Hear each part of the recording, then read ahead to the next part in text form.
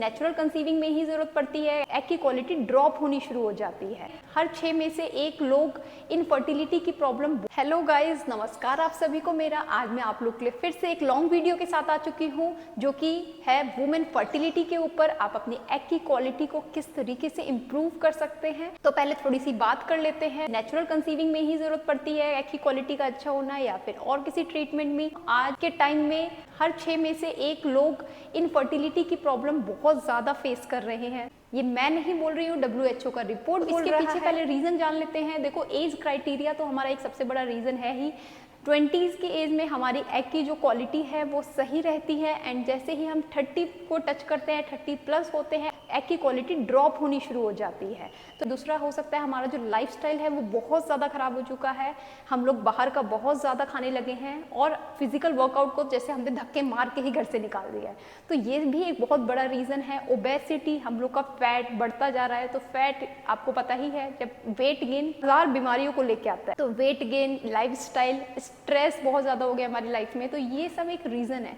तो मैं आपको बता दूं, नेचुरल कंसीव करने के लिए भी एग की क्वालिटी का अच्छा होना बहुत ज़्यादा ज़रूरी है। तो आप में से कई लोग सोच रहे होंगे, ठीक है हम नेचुरली कंसीव नहीं कर पा रहे हैं तो कोई बात नहीं, हम IVF के थ्रू चल जाएंगे, IUI ट्रीटमेंट के थ्रू चल जाएंगे। तो मैं आपको बताना चाहूँगी, IVF या IUI ट्रीटमेंट में भी आपकी एग की क्वालिटी और स्पर्म की क्वालिटी का अच्छा होना बहुत ज़्यादा ज़रूरी है। इस केस में भी एग को और स्पर्म को फर्टिलाइज करके यूट्रस में प्लेस किया जाता है। आसन है जिससे आपकी एग की क्वालिटी इंप्रूव होगी, तो आपको नेचुरल कंसीव करने में आसानी होगी। ऐसे लोग हैं 30 से कम वाले हैं, 1 साल से प्लस हो चुके हैं लेकिन कंसीव नहीं कर पा रहे हैं नेचुरली। कई ऐसे लोग हैं 35 प्लस है, 6 महीने हो गए, नेचुरली ट्राई कर रहे हैं बट कंसीव नहीं कर पा रहे हैं। तो वो सब अपने डेली के दिनचर्या में ये। अब मैं आपको बताना चाहूँगी, ऐसा नहीं है जिन्होंने कंसीव कर लिया है वो लोग को आसन नहीं करने की जरूरत है, योगा करने की नहीं जरूरत है। योगा आपको दिनचर्या में अपने लेके आना ही है, सबके लिए है ये योगा आसन। आगे चल के आप किसी भी टाइप की दिक्कत नहीं चाहते, अपने हेल्थ से रिलेटेड, अपने यूट्रस में प्रॉब्लम, रिप्रोडक्टिव सिस्टम में प्रॉब्लम, किसी भी टाइप की प्रॉब्लम नहीं चाहते, तो इन योगा को अपने दिनचर्या में लेकर आए। तो चलो शुरू करते हैं। तो आ जाओ मेरे। तो सबसे पहले है हमारा बदकोण आसन, जिसे कि हम बटरफ्लाई पोज भी कहते हैं।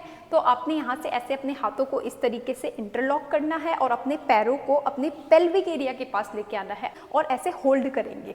तो इसके बारे में एब्डोमिनल ऑर्गन, सेक्सुअल ऑर्गन्स को ये स्ट्रेंथन करता है। ये हमारे लोअर बैक के लिए बहुत ज़्यादा अच्छा होता है। पीरियड्स में जो क्रैम्प्स होते हैं उसको भी रिड्यूस करने में हेल्प करता है और पेल्विक ऑर्गन में ब्लड फ्लो को इम्प्रूव करता है। ये आपको 50 काउंट्स करने हैं टोटल। मैं यहाँ पे 10 काउंट्स करूँगी। कमर गर्दन सीधी, 1 2 3 4 5 6 7 8 9।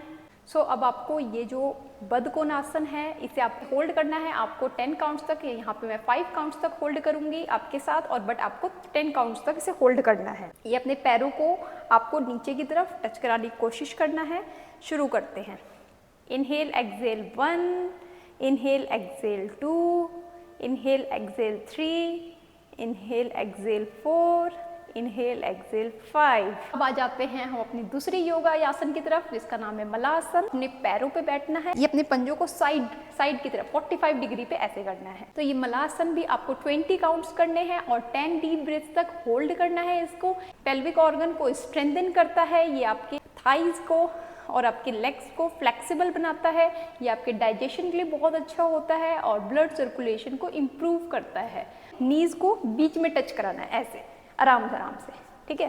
1 2 3 4 5 6 7 8 9 10। अब आपको इस तरीके से अपने पैरों को साइड करके 45 डिग्री पे अपने हाथों से ये जो आपका एल्बो है और ये जो नी जॉइंट के बगल में, ये ऐसे इसे थोड़ा सा स्ट्रेच करो इस तरीके से। कर लिया स्ट्रेच, कमर गर्दन सीधी कर ली।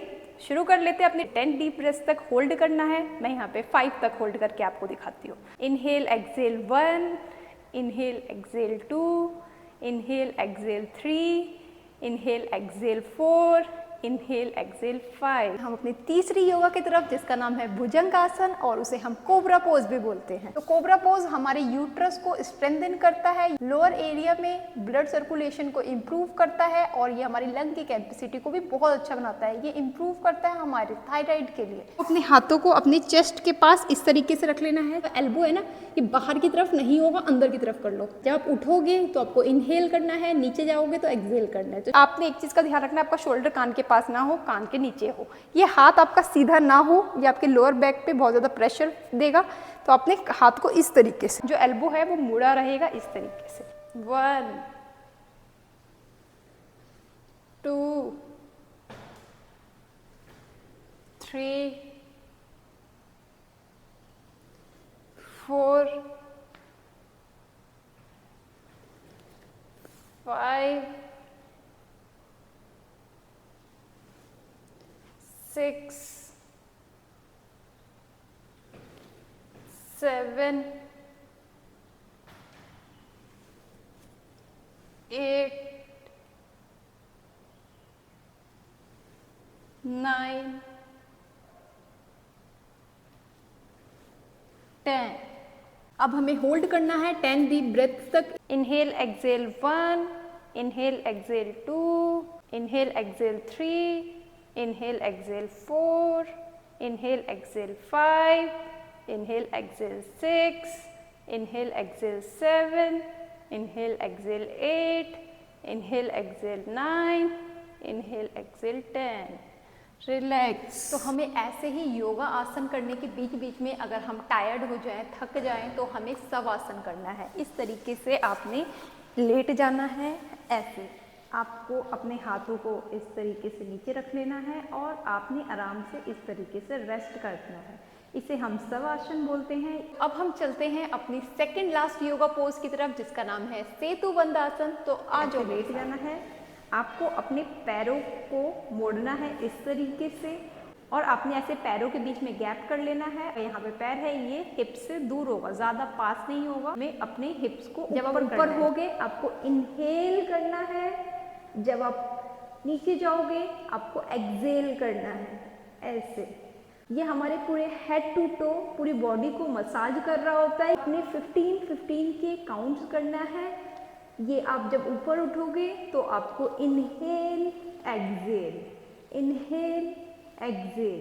अब आपने इसी पोजीशन को होल्ड करना है 10 काउंट्स तक। Inhale exhale 1, inhale exhale 2, inhale exhale 3, inhale exhale 4, inhale exhale 5, inhale exhale 6, inhale exhale 7, inhale exhale 8, inhale exhale 9, inhale exhale 10। Relax. अब हम चलते हैं अपनी लास्ट एक्सरसाइज की तरफ, जिसका नाम है leg up the wall pose. तो आ जाओ मेरे साथ। अपने पैरों को आपको 90 डिग्री पे लेके आना है। ये पैर ओपन होंगे, आपको इनहेल करना है। जब आपके पैर क्लोज होंगे तब आपको एक्सहेल करना है। नीज जो होगा वो स्ट्रेट रहेगा। ये हमें 20 काउंट्स करना है। तो यहाँ पे मैं आपको 10 काउंट्स तो करके दिखाती हूँ। 1 2 3 4 5 6 7 8 9 10। तो ये हमारे पूरे लेग की मसल को स्ट्रेंथन करता है। हमारे हिप्स, हमारा पेल्विक ऑर्गन, हमारा एब्डोमिनल ऑर्गन सबको स्ट्रेंथन करता है, फ्लेक्सिबिलिटी प्रोवाइड करता है और ब्लड सर्कुलेशन भी करता है। ये हमारे ब्रेन के लिए बहुत अच्छा होता है। एंड जिन लोगों को भी वेरिकोज वेन की प्रॉब्लम है उन लोगों को भी ये leg up the wall pose करना चाहिए। तो चलो अब हम होल्ड करते हैं 10 सेकेंड्स के लिए। ये इस तरीके से आपने 90 डिग्री पे कर लेना है। अपने हाथों को आराम से नीचे रखना है। स्टार्ट करते हैं। ऐसे रखना है position. Inhale exhale 1, inhale exhale 2, inhale exhale 3, inhale exhale 4, inhale exhale 5, inhale exhale 6, inhale exhale 7, inhale exhale 8, inhale exhale 9, inhale exhale. तो इस तरीके से हमारे सारे योगा आसन हो गए हैं। आपको इन सारे योगा आसन को दिन में एक बार करना है, और अगर आपके पास टाइम है तो आप दिन में 2-3 बार भी कर सकते हैं। और आपने ब्रीदिंग के साथ ये सारी एक्सरसाइजेस करना है। ऐसे ही वीडियो के लिए आप मुझे फॉलो करें।